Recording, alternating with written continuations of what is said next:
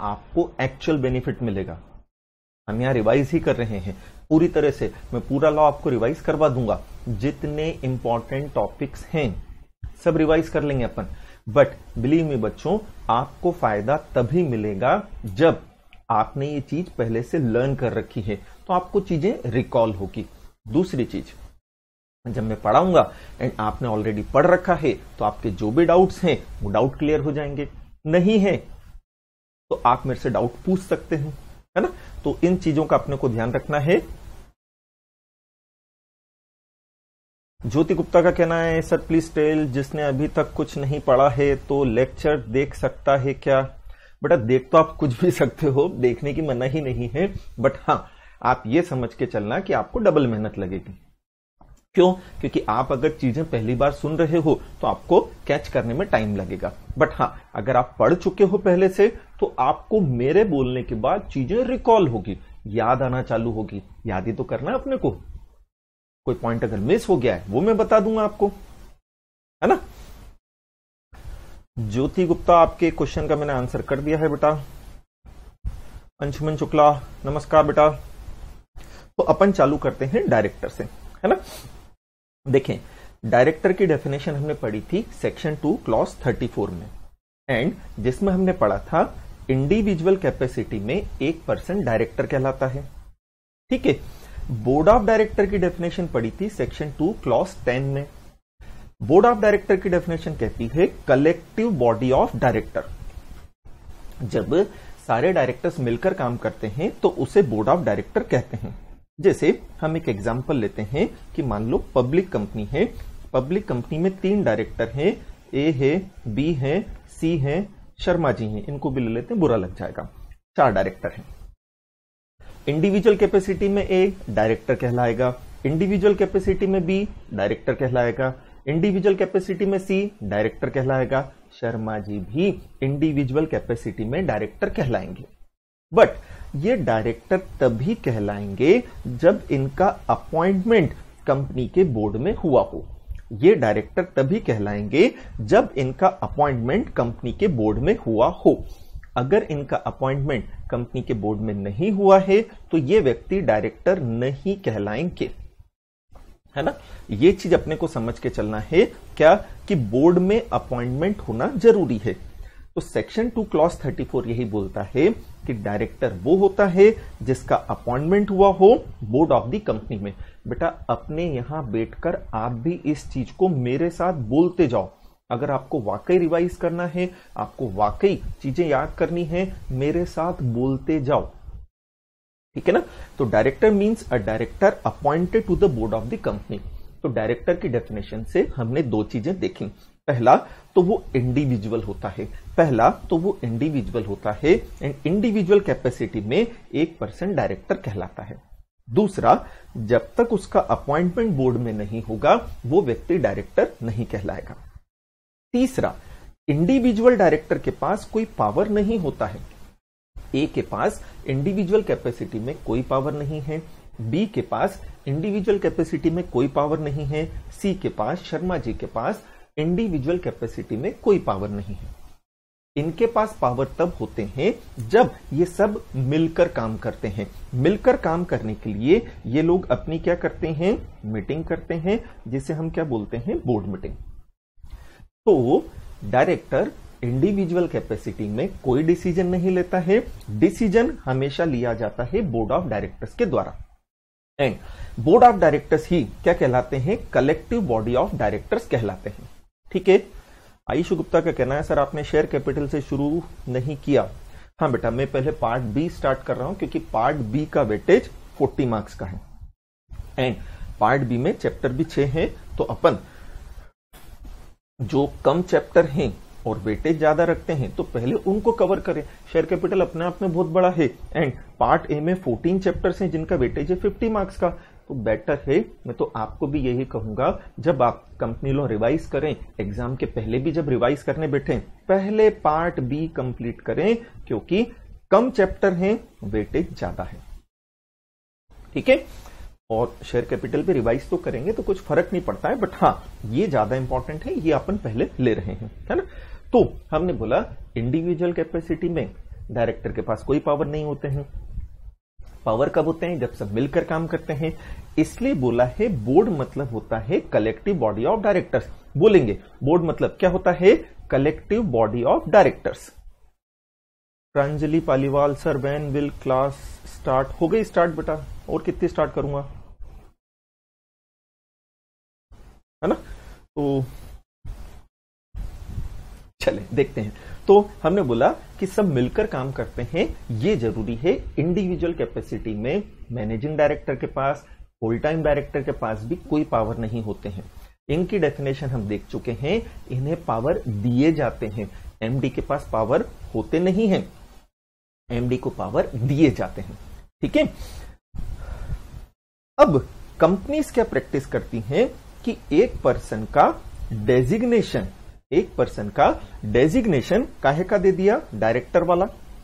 एक पर्सन का डेजिग्नेशन काहे का दे दिया? डायरेक्टर वाला।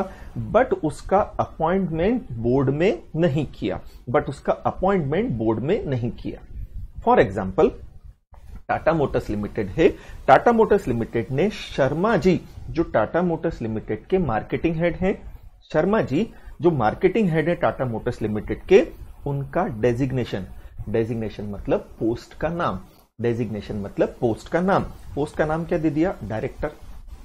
मतलब टाटा मोटर्स लिमिटेड सबको बोल रही है कि शर्मा जी उनके क्या हैं? डायरेक्टर। टाटा मोटर्स लिमिटेड ने शर्मा जी के केबिन के बाहर लिख दिया है क्या? ये डायरेक्टर हैं। तो जब मैं टाटा मोटर्स लिमिटेड में जाऊंगा, जब आप टाटा मोटर्स लिमिटेड में जाओगे, तो अपने को लगेगा कि शर्मा जी क्या हैं? डायरेक्टर। और यार जब हमें यह लगेगा कि शर्मा जी डायरेक्टर हैं, तो हम यही मानेंगे ना कि जो पावर डायरेक्टर के पास होते हैं वो सारे पावर इनके पास हैं। जो काम डायरेक्टर कर सकता है वो सारे काम ये कर सकते हैं। हाँ, हम बिल्कुल ही मानेंगे। एक नॉर्मल पर्सन यही मानेगा कि अगर कंपनी बोल रही है ये व्यक्ति हमारा डायरेक्टर है, तो यार इसके पास वो सारे पावर होंगे जो डायरेक्टर के हैं। लेकिन कंपनी ने इनका अपॉइंटमेंट बोर्ड के अंदर नहीं किया, कंपनी ने इनका DIR 12 फाइल नहीं किया, इनके ये बोर्ड ऑफ डायरेक्टर के मेंबर नहीं है। अब अगर ये बोर्ड के मेंबर नहीं है, बोर्ड का मेंबर बनाए बिना आपने इनका डेजिग्नेशन अगर डायरेक्टर दे दिया है, तो ये सेक्शन 2 क्लॉज 34 के अगेंस्ट हो जाएगा। क्यों हो जाएगा यार? क्योंकि डायरेक्टर की डेफिनेशन जो 234 में बोलती है कि डायरेक्टर वही होता है जिसका अपॉइंटमेंट कहां हुआ हो? बोर्ड में हुआ हो। जब तक उसे बोर्ड में अपॉइंट नहीं करोगे, आप उसे डायरेक्टर नहीं कह सकते।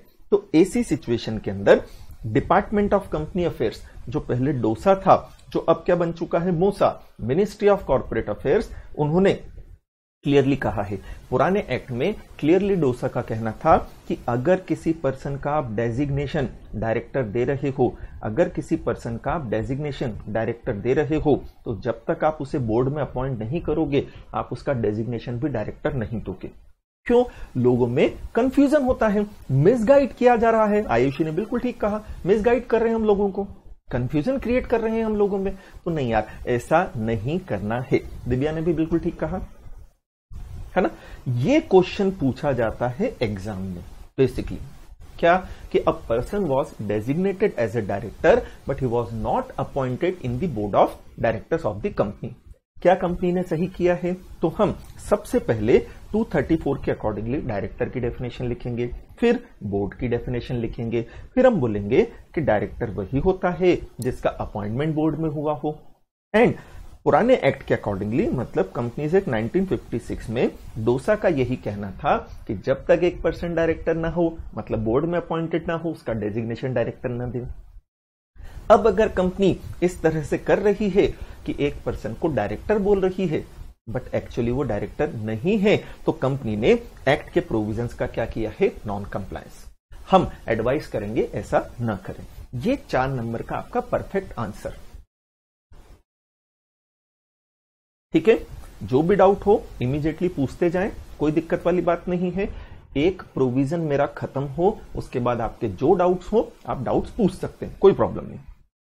अब डायरेक्टर जो हैं, तो डायरेक्टर कितने तरह के होते हैं? तो यार 2 तरह के होते हैं। एग्जीक्यूटिव डायरेक्टर होता है, नॉन एग्जीक्यूटिव डायरेक्टर होते हैं। एग्जीक्यूटिव डायरेक्टर को हम इनसाइड या इंटरनल डायरेक्टर भी बोलते हैं। नॉन एग्जीक्यूटिव डायरेक्टर को हम आउटसाइड या एक्सटर्नल डायरेक्टर भी बोलते हैं। ठीक है, अब बोले एग्जीक्यूटिव डायरेक्टर क्या होते हैं, तो बोले वो डायरेक्टर जो कंपनी के होल टाइम एम्प्लॉयमेंट में है, बोलते जाना, वो डायरेक्टर जो कंपनी के होल टाइम एम्प्लॉयमेंट में है वो एग्जीक्यूटिव डायरेक्टर कहलाते हैं। बोले यार होल टाइम एम्प्लॉयमेंट मतलब क्या, अरे यार पूरा टाइम वो कंपनी को देते हैं, 10 से 6 जो भी कंपनी के बिजनेस आवर्स हैं पूरा टाइम वो कंपनी में अवेलेबल हैं, पूरा टाइम वो कंपनी का ही काम कर रहे हैं, एक ही कंपनी का काम कर रहे हैं जिसके वो डायरेक्टर हैं और कहीं नहीं जा रहे हैं। जैसे मैनेजिंग डायरेक्टर, जैसे होल टाइम डायरेक्टर, ये एग्जीक्यूटिव डायरेक्टर की कैटेगरी में आते हैं। ये कंपनी के day to day business affairs से कनेक्टेड होते हैं, ये कंपनी को अपना होल टाइम डिवोट करते हैं, पूरा टाइम कंपनी में लगे हुए हैं, पूरा टाइम कंपनी की वर्किंग को देख रहे हैं। ठीक है, तो ये कंपनी को अपना पूरा टाइम डिवोट करते हैं। क्योंकि ये कंपनी को अपना पूरा टाइम डिवोट करते हैं तो वहां बैठ के भजिए थोड़ी तलेंगे, ये क्या करते हैं, ये कंपनी के day to day business affairs से कनेक्टेड होते हैं, ये कंपनी के day to day business affairs को मैनेज करते हैं, ये कंपनी में एक एक चीज देखते हैं, क्योंकि पूरा टाइम कंपनी में बैठना है, पूरा टाइम कंपनी को देना है। ठीक है, तो क्योंकि ये कंपनी के day to day business affair से कनेक्टेड है तो एक्चुअली इन्हें इन डेप्थ नॉलेज होता है कंपनी के बिजनेस अफेयर्स का। जब आप घर का सारा काम करोगे तो घर के सारे काम का आपको डेप्थ नॉलेज हो गया ना, अभी कोरोना में सबने किया होगा ना। इसी तरह से अगर आप पूरा टाइम कंपनी का काम कर रहे हो तो कंपनी की वर्किंग का आपको डेप्थ नॉलेज होता है, पूरा नॉलेज होता है कंपनी की वर्किंग का आपको। ठीक है, अब इसके अपोजिट जो नॉन एग्जीक्यूटिव डायरेक्टर होते हैं वो कंपनी के होल टाइम एम्प्लॉय नहीं होते हैं। फुल टाइम एम्प्लॉय नहीं होते हैं मतलब वो कंपनी को अपना फुल टाइम डिवोट नहीं करते हैं, वो तो केवल बोर्ड मीटिंग अटेंड करते हैं। जब भी कंपनी क्या करती है, बोर्ड मीटिंग करती है, जब भी कंपनी क्या करती है, बोर्ड मीटिंग करती है, तो ये डायरेक्टर तो केवल कहां आते हैं, बोर्ड मीटिंग अटेंड करने आते हैं। ये कंपनी को फुल टाइम डिवोट नहीं करते हैं, ये केवल बोर्ड मीटिंग अटेंड करने आते हैं। एंड बोर्ड मीटिंग के अंदर जो भी मैटर डिस्कस होते हैं उन मैटर्स पर ये अपनी एडवाइस देते हैं या उनके ऊपर डिसीजन लेते हैं। ज्योति गुप्ता सर, एग्जीक्यूटिव डायरेक्टर में कौन कौन आता है बेटा? अभी मैंने बोला एमडी और होल टाइम डायरेक्टर आते हैं, है ना। आप पूरा सुनो, तसल्ली से सुनो, आप केवल ध्यान लगाओ, रिवाइज करने पर सारे पॉइंट मैं बता दूंगा। आप बिल्कुल मेरा पूरा प्रोविजन खत्म हो जाने दो, आपको क्वेश्चन पूछने की जरूरत भी नहीं पड़ेगी, हमने क्लास के अंदर देखा है। ठीक है, तो आप मेरा पूरा प्रोविजन खत्म होने दो, फिर भी आपका कोई डाउट हो, यू आर मोस्ट वेलकम, 10 बार पूछो, कोई टेंशन वाली बात नहीं है ना। तो एमडी और होल टाइम डायरेक्टर इस कैटेगरी के अंदर आते हैं, जबकि non executive director professional director होते हैं। प्रोफेशनल डायरेक्टर मतलब वो केवल प्रोफेशनली अपना काम करने आता है, कहां पर? केवल बोर्ड मीटिंग में। क्योंकि वो केवल बोर्ड मीटिंग अटेंड करता है तो यार हमने पढ़ा है साल की 4 बोर्ड मीटिंग होती है, तो उन बोर्ड मीटिंग के अंदर जो भी मैटर डिस्कस किए जाने हैं, उन बोर्ड मीटिंग के अंदर जिन भी मैटर्स पर डिसीजन लिया जाना है वो केवल उन्हीं से कनेक्टेड होता है, वो केवल उन्हीं से रिलेटेड होता है, वो कंपनी के डे टू डे वर्किंग से कनेक्टेड नहीं होता है। लॉजिक समझ में आ रहा है ना?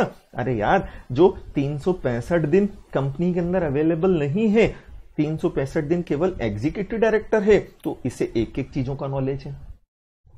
ये तो केवल 4 बार आता है ना, 4 बोर्ड मीटिंग होती है ना, तो केवल उन बोर्ड मीटिंग में जो मैटर्स हुए हैं उन बोर्ड मीटिंग्स वाले मैटर्स को ही ये डिस्कस करता है। सुचित, आपने कहा है नॉन एग्जीक्यूटिव इंडिपेंडेंट डायरेक्टर। हाँ, non executive director independent director हो सकता है अगर वो 149 की फर्दर आगे जो कंडीशंस दी हैं उन्हें पूरा करे तो। हर इंडिपेंडेंट डायरेक्टर नॉन एग्जीक्यूटिव ही होता है, पर हर non executive director independent director हो ये जरूरी नहीं है। अभी हम इंडिपेंडेंट डायरेक्टर देखते हैं, वहां आपको और क्लियर हो जाएगा ये, है ना। तो कंक्लूड करते हैं अपन फटाफट से। Executive director full time employment में होते हैं, non executive director full time employment में नहीं होते हैं। Executive director full time devote करता है, नॉन एग्जीक्यूटिव डायरेक्टर केवल बोर्ड मीटिंग अटेंड होती है तभी आता है। ये 365 दिन कंपनी में है और ये केवल जब बोर्ड मीटिंग हुई है। मिनिमम 4 मीटिंग होती है, चल साल में 10 मीटिंग कर ली तो 10 बार आएगा, बाकी नहीं। एंड तभी तक रुकेगा जब तक क्या चल रही है, बोर्ड मीटिंग। सीएस बन के रहेंगे, आई लाइक इट, बन के तो रहेंगे बेटा। नोट्स ऑफिस से आ गए होंगे आपके पास, नहीं होता है तो अपन देख लेते हैं, लिंक शेयर करता हूं मैं भी, है ना। बाकी जो मेरे से पूरा पढ़ चुके हैं उनके पास तो नोट्स होंगे ही, कोई दिक्कत नहीं। तन्वी जैन में डायरेक्टर पहले पूरा पार्ट बी कंप्लीट करूंगा, उसके बाद में शेयर कैपिटल वाले चैप्टर पर, मतलब पार्ट 1 पर आऊंगा, फिर शेयर कैपिटल और उसके बाद के चैप्टर्स अपन लेंगे। बट हाँ, अभी हम पूरा डायरेक्टर वाला चैप्टर ही पहले कंप्लीट करेंगे, है ना। फिर ये केवल बोर्ड मीटिंग वाले मैटर से कनेक्टेड होता है, जबकि इससे कंपनी के सारे बिजनेस अफेयर्स का डेप्थ नॉलेज होता है। अब क्या इन्हें रेम्यूनरेशन पे किया जाएगा? अच्छा, रेम्यूनरेशन का मतलब आप समझते हैं? रेम्यूनरेशन मतलब सैलरी नहीं, मैं पहले ही समझा चुका हूं। रेम्यूनरेशन मतलब something in return due to rendering of services. एक पर्सन जब अपनी सर्विसेज दे रहा है एंड उस सर्विसेज के बदले में उसे जो भी पैसा मिला है, चाहे किसी भी नाम से मिला हो, रेम्यूनरेशन कहलाता है। ठीक है, जैसे सैलरी रेम्यूनरेशन है, जैसे वेजेस रेम्यूनरेशन है। It is a kind of remuneration, not a remuneration actually, it is a way to pay remuneration. जैसे कमीशन रेम्यूनरेशन का ही मतलब, remuneration way to pay remuneration है। परक्विजिट्स हैं, अलाउंसेस हैं, ये सब क्या होते हैं? रेम्यूनरेशन पे करने का तरीका। प्रद्युमन नागर ने पूछा है वुमन डायरेक्टर, तो भाई क्या करूं मैं वुमन डायरेक्टर का? वुमन डायरेक्टर आएगी जब उसके बारे में भी पढ़ेंगे, है ना। आयुषी ने बोला है कंसिडरेशन, वेरी गुड, कि जो सर्विसेज आपने रेंडर्ड की है उसके बदले में आपको जो मिला है वो होता है कंसिडरेशन। आयुषी गुप्ता ने बोला है rent, no. Divya Agarwal perquisites हाँ होते हैं, है ना। तो ये समझ के चलना है, सैलरी है, वेजेस हैं, परक्विजिट्स हैं, अलाउंसेस हैं, ये वे टू पे रेम्यूनरेशन है। कमीशन है, आप ये नहीं बोलोगे कमीशन रेम्यूनरेशन है, it is a kind of remuneration, it is a way to pay remuneration. तो काम तो हमारे यहां एग्जीक्यूटिव डायरेक्टर भी कर रहे हैं, काम तो हमारे यहां नॉन एग्जीक्यूटिव डायरेक्टर भी कर रहे हैं। तो यार सर्विसेज तो दोनों ने दी है, दोनों ने दी है तो पेमेंट भी दोनों ही लेंगे। तो नॉर्मली जो एग्जीक्यूटिव डायरेक्टर होते हैं उन्हें salary, allowances, perquisites monthly payment के रूप में मिलता है, नॉर्मली, नॉट कंपल्सरी। बट जो नॉन एग्जीक्यूटिव डायरेक्टर हैं उन्हें नॉर्मली क्या मिलती है? Sitting fees. बोले गुरु सिटिंग फीस क्या होती है? तो बोले जो बोर्ड मीटिंग हुई है, बोर्ड मीटिंग अटेंड करने की जो फीस होती है, जैसे साल भर में उसने 6 मीटिंग अटेंड की, एक मीटिंग अटेंड करने की फीस है 50,000 रुपए, तो 6 मीटिंग की फीस कितनी हो गई? 3 लाख। ज्यादा लग रही है क्या आपको? तो आप पढ़ चुके हो कि सिटिंग फीस 1 लाख पर बोर्ड मीटिंग तक दी जा सकती है। ठीक है, मैंने तो 50 का ही एग्जांपल दिया है, आगे प्रोविजन में आएगा। मैक्सिमम सिटिंग फीस बोले 1 लाख तक है, अलाउड है देना पर मीटिंग। अगर 1 लाख आप दे रहे हो, साल की 10 मीटिंग उसने अटेंड की है, तो भाई 10 लाख रुपए ले जाएगा। ठीक है, तो इससे मंथली पेमेंट मिलता है, चाहे सैलरी, चाहे अलाउंसेस, चाहे परक्विजिट्स, बोनस, कमीशन, सब। बट इससे नॉर्मली क्या मिलती है? Sitting fees. सिटिंग फीस क्या होती है कि बोर्ड मीटिंग अटेंड करने की जो फीस पे की जाती है उसे हम बोलते हैं सिटिंग फीस। चलो, यहां तक कोई डाउट हो आप बिल्कुल पूछ सकते हैं चैट बॉक्स के अंदर।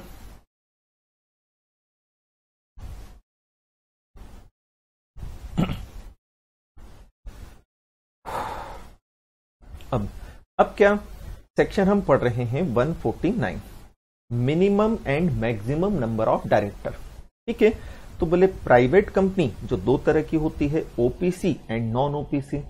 प्राइवेट कंपनी में मिनिमम 1 डायरेक्टर होगा, मैक्सिमम 15 हो सकते हैं।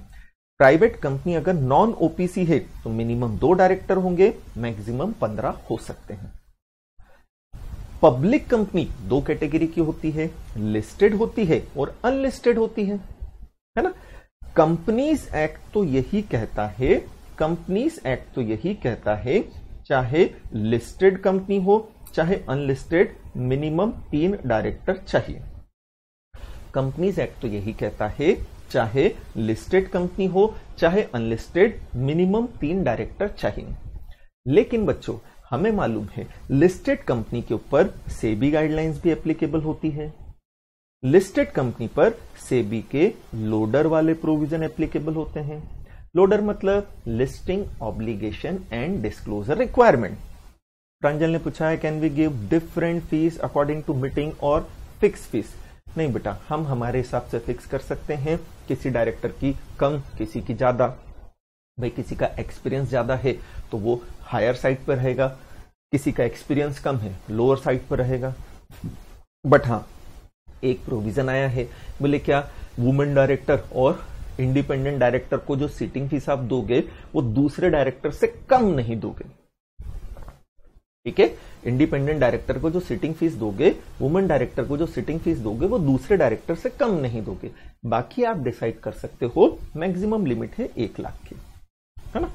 कृष्णा गुप्ता ने कहा है sir will you make us mark important question and sections from exam point of view. तो बेटा मैं पढ़ाते पढ़ाते बताता जाऊंगा आपको कि ये बहुत इंपॉर्टेंट है, उसे अच्छे से प्रिपेयर कर लें।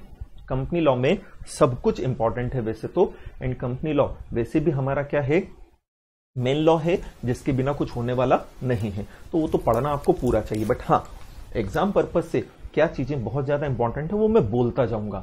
जैसे मैंने स्टार्टिंग के अंदर आपको ये चीज बोला कि इस पे क्वेश्चन आते हैं, ये इंपॉर्टेंट है, आपको वहीं टिक कर लेना चाहिए। अलग से मैं टिक नहीं करवाऊंगा, कुछ भी जिगल में जरूर करवा दूंगा, है ना। तो जो पब्लिक कंपनी है चाहे लिस्टेड हो अनलिस्टेड, कंपनीज एक्ट के हिसाब से उसमें कम से कम 3 डायरेक्टर चाहिए। लेकिन लिस्टिंग एग्रीमेंट ये बोलता है, लिस्टिंग एग्रीमेंट में ये नया प्रोविजन इंट्रोड्यूस किया गया।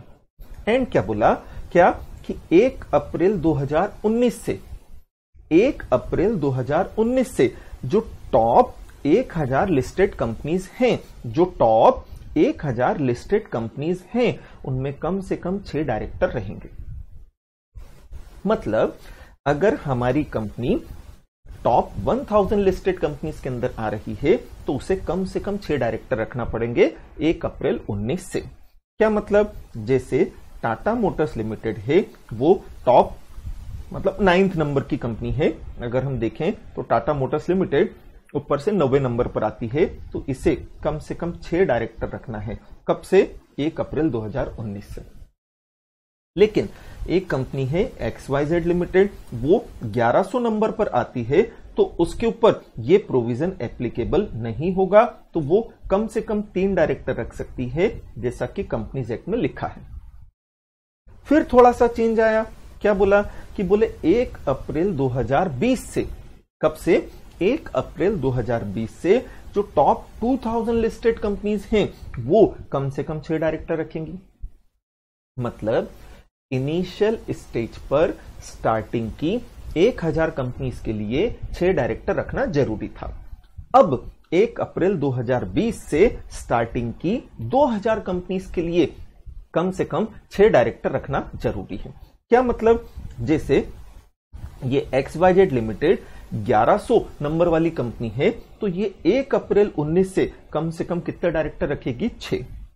फिर एक कंपनी है ABC लिमिटेड जो 2210 नंबर पर आती है, तो क्या उसके ऊपर ये प्रोविजन लगेगा, नहीं लगेगा, तो उसके ऊपर कंपनीज एक्ट के हिसाब से कम 3 डायरेक्टर रखना जरूरी है।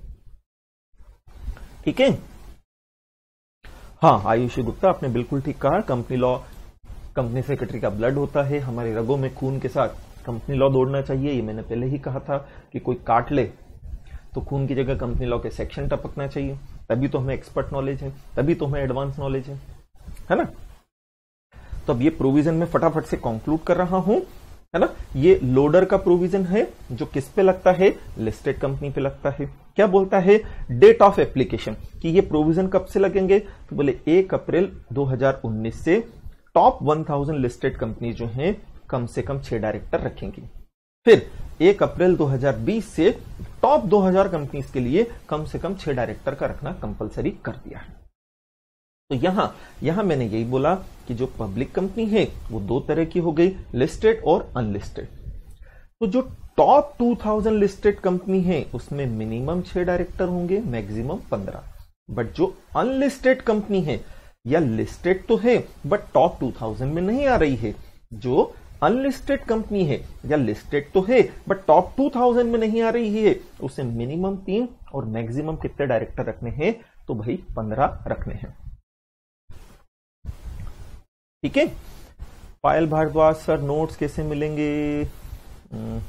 करवा देते हैं बेटा अरेंज, है ना, क्योंकि बाकी तो सब लगभग सबके पास है नोट्स, अपने ही स्टूडेंट से वो आप लोगों को अवेलेबल करा देते हैं। भावना मिश्रा सर एक बार और बता दो। ठीक है, बता देता हूं। Pranjal Sharma, top 2000 will be determined by market cap. हाँ भाई, मार्केट कैप के हिसाब से डिसाइड करेंगे, है ना। चलो ये प्रोविजन फटाफट से ले लेते हैं अपन। ये तो ठीक है, नॉर्मल चीजें हैं। हमने बोला पब्लिक कंपनी, तो बोले पब्लिक कंपनी के केस में जो टॉप 2000 लिस्टेड कंपनी है उनमें मिनिमम 6 डायरेक्टर होंगे, मैक्सिमम 15 डायरेक्टर होंगे। बट अगर पब्लिक कंपनी अनलिस्टेड है या वो टॉप 2000 की कैटेगरी में नहीं आ रही है, जैसे यहां मैंने एग्जांपल में बोला कि एबीसी वो 2210 नंबर पर आ रही है, वो टॉप 2000 की कैटेगरी में नहीं आ रही है, तो एबीसी जैसी जो कंपनीज हैं वो मिनिमम कितने डायरेक्टर रखेंगी? 3, मैक्सिमम कितने? 15। ठीक है।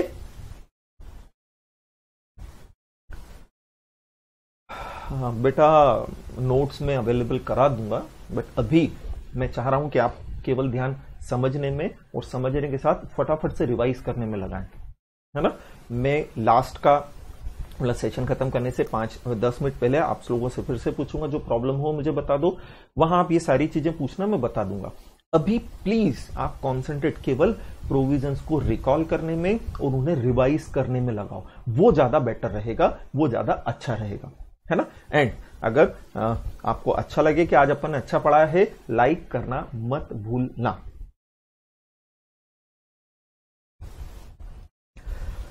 अब मैंने बताया कि कोई भी कंपनी हो, मैक्सिमम डायरेक्टर की लिमिट कितनी है? 15। मुझे अगर 15 से ज्यादा डायरेक्टर रखने हो तो बोले यार स्पेशल रिजोल्यूशन पास करना, शेयर होल्डर से अप्रूवल लेना, 15 से ज्यादा रख लेना।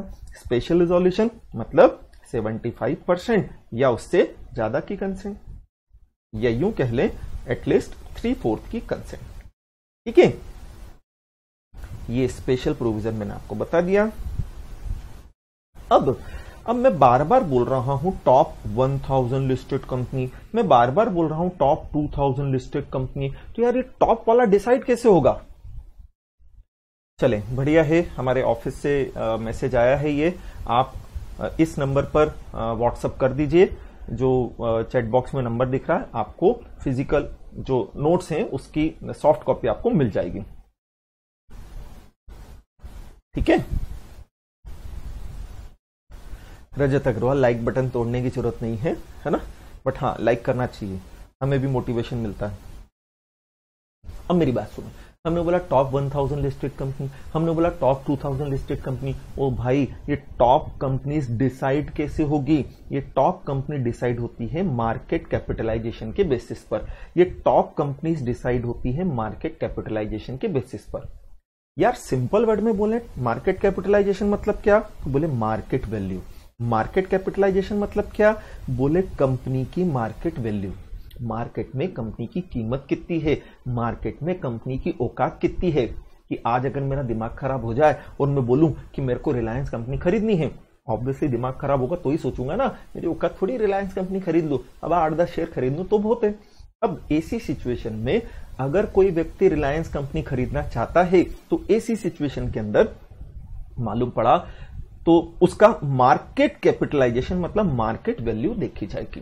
बोले मार्केट कैपिटलाइजेशन कैसे निकालते हैं? मार्केट कैपिटलाइजेशन के लिए 2 चीजें चाहिए, नंबर ऑफ शेयर्स जो कंपनी ने इशू किए हैं, एमपीपीएस मतलब मार्केट प्राइस पर शेयर। नंबर ऑफ शेयर्स जो कंपनी ने इशू किए हैं, एमपीपीएस मतलब मार्केट प्राइस पर शेयर। ठीक है, ये दोनों चीज अगर आपके पास है तो आप मार्केट वैल्यू निकाल सकते हो। कैसे? सपोज हमने बोला रिलायंस ने 1 लाख शेयर इशू किए हैं, एक शेयर्स की मार्केट प्राइस अगर उसकी 2000 चल रही है तो रिलायंस 2000 लाख रुपए की है। अगर आपको रिलायंस खरीदना है, आप चाहते हो कि रिलायंस कंपनी मेरी पूरी हो जाए, तो यार कंपनी तो शेयर होल्डर की होती है। एंड अगर आप सारे शेयर खरीद लो, ये 1 लाख शेयर है, कंपनी आपकी हो जाएगी, 2000 लाख रुपए जेब में होना चाहिए। हालांकि बहुत कम फिगर है, रिलायंस की कैपिटल बहुत ज्यादा है। ठीक है, फिर जैसे मान लो कि XYZ लिमिटेड है, उसने 2 लाख शेयर इशू कर रखे हैं, एक शेयर की वैल्यू 100 रुपए है, तो कंपनी की वैल्यू कितनी हो गई? 200 लाख हो गई। अगर अब मुझे XYZ खरीदना है ना, तो मेरी जेब में कितने रुपए होना चाहिए? 200 लाख रुपए। तो जैसे सबसे ऐसे हम सारी जितनी भी ऐसे स्टॉक एक्सचेंज में जितनी भी लिस्टेड कंपनीज है, हम सबकी मार्केट वैल्यू निकालते हैं। स्टॉक एक्सचेंज में जितनी भी लिस्टेड कंपनी है, हम सबकी मार्केट वैल्यू निकालते हैं। सबकी मार्केट वैल्यू निकालकर हम देखते हैं सबसे ज्यादा किसकी, तो बोले रिलायंस की, नंबर 1। फिर उसके बाद किसकी, मालूम पड़ा टाटा की, नंबर 2। सबसे कम किसकी, बोले XYZ की, सबसे नीचे। तो ऐसे ऊपर से लेकर नीचे तक हम आते जाते हैं मार्केट वैल्यू के बेसिस पर। ठीक है, एंड फिर जो टॉप 1000 में आती हैं उन पर प्रोविजन, टॉप 2000 में आती हैं उन पर प्रोविजन अकॉर्डिंगली एप्लीकेबल होंगे। MPPS मतलब मार्केट प्राइस पर शेयर। MPPS मतलब मार्केट प्राइस पर शेयर। ठीक है, MPPS। हाँ, आहुति शर्मा, बिल्कुल ठीक बोला बेटा आपने। अब नेक्स्ट प्रोविजन क्या दिया हमें?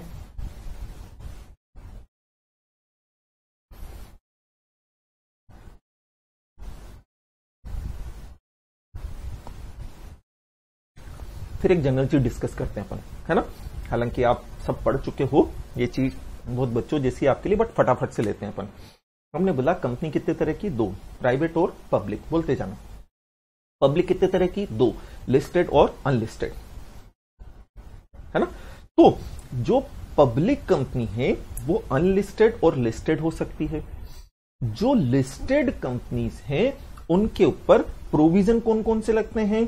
बोले कंपनीज एक्ट के प्रोविजन लगेंगे, बोले सेक्रेटरी स्टैंडर्ड एप्लीकेबल होगा, बोले सेंट्रल गवर्नमेंट ने जो रूल्स बनाए हैं वो एप्लीकेबल होंगे, एंड ये सेबी अंकल नहीं मानते हैं, सेबी की गाइडलाइंस एप्लीकेबल होगी। सेबी के रेगुलेशन, जैसे कि इस मैटर पर लोडर वाले रेगुलेशन हैं, लोडर एक एग्जांपल दिया, खूब सारे रेगुलेशन है सेबी के, वो लगते हैं। ठीक है, तो कोई भी मैटर हो बेटा, कोई भी मैटर हो, आप लिस्टेड कंपनी के रिलेशनशिप में जब किसी भी चीज को डिसाइड कर रहे हो, किसी भी चीज को डिटरमाइन कर रहे हो, तो एक तो आपको कंपनी एक्ट के प्रोविजन ध्यान रखना पड़ेंगे, दूसरा आपको सेक्रेटरी स्टैंडर्ड ध्यान रखना पड़ेगा, तीसरा आपको जो सेंट्रल गवर्नमेंट ने रूल्स बनाए जो हम पढ़ते रहते हैं वो डिसाइड करना पड़ेगा, एंड चौथा आपको सेबी के लोडर वाले प्रोविजन देखना पड़ेंगे। ये चीज आई समझ में अपने को। जबकि जो प्राइवेट कंपनी है या अनलिस्टेड पब्लिक कंपनी है, जो प्राइवेट कंपनी है या अनलिस्टेड पब्लिक कंपनी है, उसके ऊपर कंपनीज एक्ट लगेगा, उसके ऊपर सेंट्रल गवर्नमेंट के रूल्स लगेंगे, उसके ऊपर सेक्रेटरी स्टैंडर्ड लगेंगे। सेक्रेटरी स्टैंडर्ड जो 3 ही मैटर पर कंपलसरी हैं, बोर्ड मीटिंग, जनरल मीटिंग और डिविडेंड वाला मैटर पे अभी एप्लीकेबल हुआ है। मतलब अगर लिस्टेड, अनलिस्टेड या प्राइवेट कंपनी है तो उनके ऊपर सेबी का कोई प्रोविजन नहीं लगता है जब तक कि एक्सप्रेसली बताया गया ना हो। ये चीज आ रही है ना समझ में। तो हमें हमेशा ध्यान रखना है, क्या ध्यान रखना है? ये ध्यान रखना है जो मैं बता रहा हूं, क्या कि भाई कंपनी है तो प्राइवेट कंपनी या अनलिस्टेड पब्लिक कंपनी है, then you need to comply only companies act, rules and secretary standard. Secretary standard भी हर मैटर पर नहीं है, अभी बोर्ड मीटिंग, जनरल मीटिंग और डिविडेंड वाले मैटर पर ही है। बट अगर आपकी लिस्टेड कंपनी है तो आपके ऊपर कंपनीज एक्ट, तो आपके ऊपर कंपनीज एक्ट तो लगेगा ही, सेक्रेटरी स्टैंडर्ड भी लगेंगे ही, रूल्स भी लगेंगे। इसके साथ साथ आपको सेबी के लोडर वाले प्रोविजन या सेबी की जो भी गाइडलाइंस लग रही है वो आपको कंप्लाई करना पड़ेगी। इस चीज को ध्यान में रखते हुए हम आगे के प्रोविजन देखते हैं। नेक्स्ट, ये बहुत इंपॉर्टेंट है एज रिस्ट्रिक्शन वाला, क्योंकि ये रिसेंटली ही चेंज आए हैं। रिसेंटली चेंज मतलब हो सकता है पिछले 1-1.5 साल में आए हो, तो हमें वो ध्यान रखना है। जैसे आपने पूछा था ना कि इंपॉर्टेंट टॉपिक्स, तो मैं जैसे बताते जा रहा हूं कि ये बहुत इंपॉर्टेंट है, आपको याद सारा रखना चाहिए कंपनीज एक्ट में, बट हाँ जो मैं बोल रहा हूं बहुत इंपॉर्टेंट है, उन पे ज्यादा ध्यान लगाएंगे। तो बोले एज रिस्ट्रिक्शन है क्या डायरेक्टर की? बोले इसका मतलब क्या है? इसका मतलब ये कि एग्जीक्यूटिव डायरेक्टर की मैक्सिमम एज लिमिट होती है क्या? नॉन एग्जीक्यूटिव डायरेक्टर की मैक्सिमम एज लिमिट होती है क्या? क्या एक 80 साल का बंदा है वो एग्जीक्यूटिव डायरेक्टर या नॉन एग्जीक्यूटिव डायरेक्टर बन सकता है क्या? तो मिनिमम एज तो यार मेजर होना चाहिए। ठीक है, हम यहां देख रहे हैं एज की मैक्सिमम रिस्ट्रिक्शन। क्या ऐसा कोई प्रोविजन है जो यह बताता हो कि मैक्सिमम एज इतनी हो सकती है डायरेक्टर की? स्टार्ट करते हैं। एग्जीक्यूटिव डायरेक्टर्स की एज रिस्ट्रिक्शन के लिए कंपनीज एक्ट में प्रोविजन है। एग्जीक्यूटिव डायरेक्टर की एज रिस्ट्रिक्शन के लिए कंपनीज एक्ट में प्रोविजन है। एंड बेटा अभी हमने देखा कंपनीज एक्ट के प्रोविजन तो सारी कंपनीज पे लगते हैं, चाहे वो लिस्टेड हो चाहे वो अनलिस्टेड हो, सारी कंपनीज के ऊपर कंपनीज एक्ट के प्रोविजन एप्लीकेबल होते हैं। एंड मैक्सिमम एज बोली है 70 साल। ठीक है, तो एग्जीक्यूटिव डायरेक्टर में कौन आता है? बोले एमडी आता है और होल टाइम डायरेक्टर आता है। मतलब इनको मैक्सिमम एज कितनी रह सकती है? 70 ईयर्स रह सकती है। ये प्रोविजन कहां दिया है? कंपनीज एक्ट में दिया है। कंपनीज एक्ट के प्रोविजन सारी कंपनीज के ऊपर लगते हैं, और अगर कंपनीज एक्ट के प्रोविजन सारी कंपनीज पे लगते हैं तो चाहे लिस्टेड कंपनी हो चाहे अनलिस्टेड कंपनी, जो एमडी और होल टाइम डायरेक्टर रहेगा मैक्सिमम एज कितनी रहेगी? 70। बट हाँ 70 से ज्यादा वाले को अपॉइंट करना है। 70 मतलब क्या हुआ? बाबूजी हो गए अपने, तो बाबूजी को अगर अपॉइंट करना है, क्यों करना है? अरे यार एक्सपीरियंस है, अरे यार क्वालिटीज है। रतन टाटा है 75 साल के हैं, बट उन्हें हमें as a managing director continue रखना है। तो बोले ठीक है, शेयर होल्डर की स्पेशल रेजोल्यूशन पास करके क्या ले ले? परमिशन। ज्योति गुप्ता ऐसे सेबी कैसे इशू करेगा बेटा? सिलेबस खत्म हो गया, आपका भी हो जाना चाहिए अब तक अगर आप रिवाइज कर रहे हो तो, है ना। आईसीएसआई इशू करता है। तो हमने बोला कि बाबूजी को अगर क्या अपॉइंट करना है अपने को? एग्जीक्यूटिव डायरेक्टर, और बाबूजी की एज कितने से ज्यादा हो गई है? 70 से ज्यादा हो गई है। तो स्पेशल रिजोल्यूशन पास करके शेयर होल्डर की अप्रूवल लो और बना दो। फटाफट से लेते हैं, है ना। एग्जीक्यूटिव एक मिनट भाई, रुक जा, कुछ नहीं करना आपको।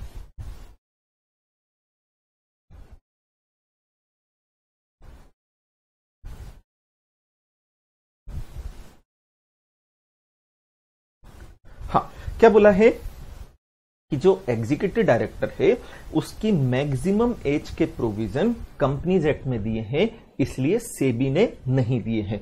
एग्जीक्यूटिव डायरेक्टर की एज के मैक्सिमम एज के प्रोविजन कंपनीज एक्ट में दिए हैं, इसलिए सेबी ने नहीं दिए हैं। तो ऐसी सिचुएशन में क्योंकि कंपनीज एक्ट का प्रोविजन है तो वो सारी कंपनीज पे लगता है, चाहे लिस्टेड हो चाहे अनलिस्टेड हो। एंड बोल दिया है मैक्सिमम एज कितनी हो सकती है? 70। बट अगर 70 से ज्यादा वाले को अपॉइंट करना है तो एसआर पास करके कर सकते हैं। अब बोले नॉन एग्जीक्यूटिव डायरेक्टर की मैक्सिमम एज के प्रोविजन क्या है? नॉन एग्जीक्यूटिव डायरेक्टर की मैक्सिमम एज के प्रोविजन क्या है? बोले यार नॉन एग्जीक्यूटिव डायरेक्टर की मैक्सिमम एज के प्रोविजन सेबी में दिए हैं, कंपनीज एक्ट में नहीं दिए हैं। नॉन एग्जीक्यूटिव डायरेक्टर की मैक्सिमम एज के प्रोविजन सेबी में दिए हैं, लोडर में दिए हैं, कंपनीज एक्ट में नहीं दिए हैं। ठीक है, बट सेबी तो केवल लिस्टेड कंपनी पे लगेगा, अनलिस्टेड कंपनी पर नहीं लगेगा। सेबी तो केवल लिस्टेड कंपनी पे लगेगा, अनलिस्टेड कंपनी पे नहीं लगेगा। एंड लिस्टेड कंपनी के केस में फिर यह है कि जिसे हम नॉन एग्जीक्यूटिव डायरेक्टर बनाना चाहते हैं उसकी मैक्सिमम एज कितनी रहेगी? 75। 75 ईयर से ज्यादा वाले को हम नॉन एग्जीक्यूटिव डायरेक्टर नहीं बना सकते हैं, बट बेटा कौन सी कंपनी में? लिस्टेड कंपनी में। इन पर डायरेक्ट क्वेश्चन नहीं आएगा, ऐसा नहीं पूछ लेंगे आपसे कि यार एज रिस्ट्रिक्शन के प्रोविजन बताओ, ना ना, ऐसा कुछ पूछने वाले नहीं है। क्वेश्चन दे देंगे सिचुएशन बनाकर। बोले क्या? बोले यार मेरी प्राइवेट कंपनी है और मैं, जो हमारे बाबूजी हैं उनकी एज 76 है और उन्हें नॉन एग्जीक्यूटिव डायरेक्टर बनाना चाहता हूं। एज अ कंपनी सेक्रेटरी आप एडवाइस करो, बना सकता हूं क्या? चलो एडवाइस करो, एज अ कंपनी सेक्रेटरी बना सकते हैं क्या? जल्दी से आंसर करो। तो हाँ, आंसर ये रहेगा। हम क्या बोलेंगे? नॉन एग्जीक्यूटिव डायरेक्टर की मैक्सिमम एज की रिस्ट्रिक्शन कंपनीज एक्ट में दी ही नहीं है। वो कहां दी है? सेबी के लोडर के अंदर दी हुई है। तो ऐसी सिचुएशन में लिस्टेड कंपनी के ऊपर ही केवल सेबी के प्रोविजन लगते हैं, अनलिस्टेड कंपनी पर नहीं। तो लिस्टेड कंपनी मैक्सिमम 75 इयर्स की एज वाले को ही क्या बना सकती है? नॉन एग्जीक्यूटिव डायरेक्टर, है ना। बट प्राइवेट कंपनी क्योंकि अनलिस्टेड कंपनी है एंड वो अपॉइंट करना चाहती है, तो कंपनीज एक्ट में ऐसा कोई प्रोविजन नहीं है, तो अनलिस्टेड कंपनी के ऊपर ये रिस्ट्रिक्शन नहीं लगेगी। आहुति, आयुषी, अंजलि, दिव्या, प्रांजल, पलक, आप सबने सही कहा है बेटा, बिल्कुल सही कहा है ना। अब अगर जो लिस्टेड कंपनी है वो 75 से ज्यादा वाले को क्या बनाना चाहती है? बोले हमें तो उन्हें नॉन एग्जीक्यूटिव डायरेक्टर बनाना है, पास कर ले special resolution. Special resolution pass करके आप बना सकते हो, कोई दिक्कत वाली बात नहीं है। जब आप स्पेशल रिजोल्यूशन पास करने जाओगे तो आप क्या कॉल करोगे? General meeting. जनरल मीटिंग का क्या इशू करोगे? नोटिस। बहुत दिनों बाद सुनने को मिला ना, तो जनरल मीटिंग का नोटिस। नोटिस के साथ क्या जाएगा? एक्सप्लेनेटरी स्टेटमेंट, सेक्शन 102 के अकॉर्डिंगली उस एक्सप्लेनेटरी स्टेटमेंट में जस्टिफिकेशन देना। काहेगा जस्टिफिकेशन? बोले बाबूजी को क्यों अपॉइंट करना है, भाई 76 के हो चुके हैं, फिर भी नॉन एग्जीक्यूटिव डायरेक्टर क्यों बनाना है? अरे बनाना है यार, एक्सपीरियंस है, क्वालिफाइड है, खूब नॉलेज है इनके पास, हमें तो बनाना है, बना ले यार। शेयर होल्डर अगर स्पेशल रिजोल्यूशन पास करके परमिशन दे, बना ले, उनको भी अपनी जिंदगी जीने दें। खुशबू, एसआर प्लस जस्टिफिकेशन भी देना पड़ेगा। हाँ बेटा मैंने बता दिया, बिल्कुल बता दिया। मैं बोल रहा हूं ना, पेशेंस रखो थोड़ा सा, है ना, मेरे साथ रिवाइज करते जाओ, आगे बढ़ने का मत सोचो, पेशेंस रखो, सब हो जाएगा फटाफट से। दिव्या, अमन, प्रांजल, सही बोला आपने, है ना। फिर भरत, बिल्कुल ठीक है, वो तो हमारी यूनिवर्सल चीज है कि जब भी हम स्पेशल रिजोल्यूशन पास करते हैं, जब भी किसी भी पर्पज से स्पेशल रिजोल्यूशन पास किया जाता है तो हम किसको बताते हैं? आरओसी को। कितने दिन में? 30 डेज में। कब से? बोले date of passing special resolution से। कौन से फॉर्म में? बोले एमजीटी 14 के अंदर। इसके साथ क्या लगाते हैं? बोले एक्सप्लेनेटरी स्टेटमेंट। ये तो यूनिवर्सल चीज है, ये तो सेक्शन 117 में लिखा है। ये तो मैं बोलूं चाहे नहीं बोलूं, कोई भी प्रोविजन आप लिखो, कोई भी प्रोविजन आप लिखो, चाहे वो आप कंपनी लॉ वाले पेपर में लिख रहे हो, चाहे एसबीईसी में लिख रहे हो, अगर आपने स्पेशल रिजोल्यूशन लिखा है, बिल्कुल अगली लाइन यही मार्क कराना। बोले क्या? Within 30 days from the date of passing of special resolution form number MGT 14 along with explanatory statement will be filed. किसको? आरओसी को। बिल्कुल लिख कराना।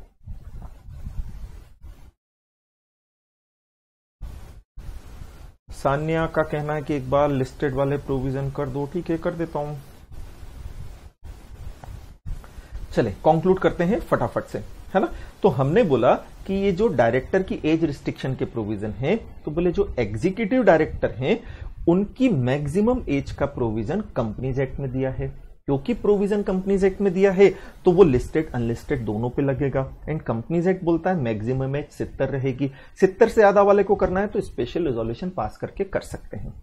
फिर बोले नॉन एग्जीक्यूटिव डायरेक्टर की मैक्सिमम एज के प्रोविजन सेबी में दिए हैं, कंपनीज एक्ट में नहीं दिए हैं। सेबी केवल लिस्टेड कंपनी पे लगता है, अनलिस्टेड कंपनी पर नहीं लगता है। मतलब लिस्टेड कंपनी के केस में नॉन एग्जीक्यूटिव डायरेक्टर की मैक्सिमम एज 75 होगी, उससे ज्यादा नहीं। बट मेरे को तो 75 से ज्यादा वाले को बनाना है यार। स्पेशल रिजोल्यूशन पास करके शेयर होल्डर की अप्रूवल ले ले और स्पेशल रिजोल्यूशन पास करने का जस्टिफिकेशन एक्सप्लेनेटरी स्टेटमेंट में दे देना। लेकिन अगर मेरी अनलिस्टेड कंपनी है तो मेरे पर ये एज नहीं लगेगी। मैं 76 वाले को भी बनाना चाहूं तो मुझे अलग से शेयर होल्डर की परमिशन नहीं चाहिए। ठीक है, चलिए ये अपन ने कर लिया बच्चों। डाउट्स पूछते जाना आपको जो भी डाउट हो। Next, chairperson. चेयरपर्सन आप समझते हो ना, चेयरमैन। चेयरपर्सन कौन होगा? तो चेयरपर्सन के लिए हम बोर्ड मीटिंग के चेयरपर्सन की बात कर रहे हैं, है ना। बोले बोर्ड मीटिंग किसकी होती है? बोले डायरेक्टर्स की होती है। तो किसी डायरेक्टर को ही बोर्ड मीटिंग का चेयरपर्सन बनाया जाएगा। पहले इसे चेयरमैन बोलते थे, मैंने समझाया था आपको, बट क्योंकि महिला डायरेक्टर का अपॉइंटमेंट भी कंपलसरी हो गया है कुछ कंपनीज में, और अगर किसी महिला को आप चेयरमैन बना दोगे और उसे चेयरमैन बोलोगे, वो खामोखा मीटू का केस फाइल कर देगी, छेड़ रहा है मेरे को, मैन मैन बोल रहा है। तो इसलिए हमने एक यूनिसेक्स टर्म रखी है चेयरपर्सन। चाहे महिला हो चाहे पुरुष, दोनों है तो पर्सन, इंसान है ना। तो चेयरपर्सन जो है वो मीटिंग का हेड होता है। चेयरपर्सन जो है वो मीटिंग का हेड होता है। किसको बनाए? तो यार बोर्ड मीटिंग है, बोर्ड मीटिंग डायरेक्टर्स की होती है, तो किसी डायरेक्टर को ही चेयरपर्सन बनाना पड़ेगा। या डायरेक्टर तो दो तरह के होते हैं, एग्जीक्यूटिव डायरेक्टर होता है, नॉन एग्जीक्यूटिव। तो गुरु मैं किसको बनाऊं? बोले तेरी मर्जी पड़े, जिसको बना ले आप। मैं चाहूं तो एग्जीक्यूटिव डायरेक्टर को चेयरपर्सन बना सकता हूं।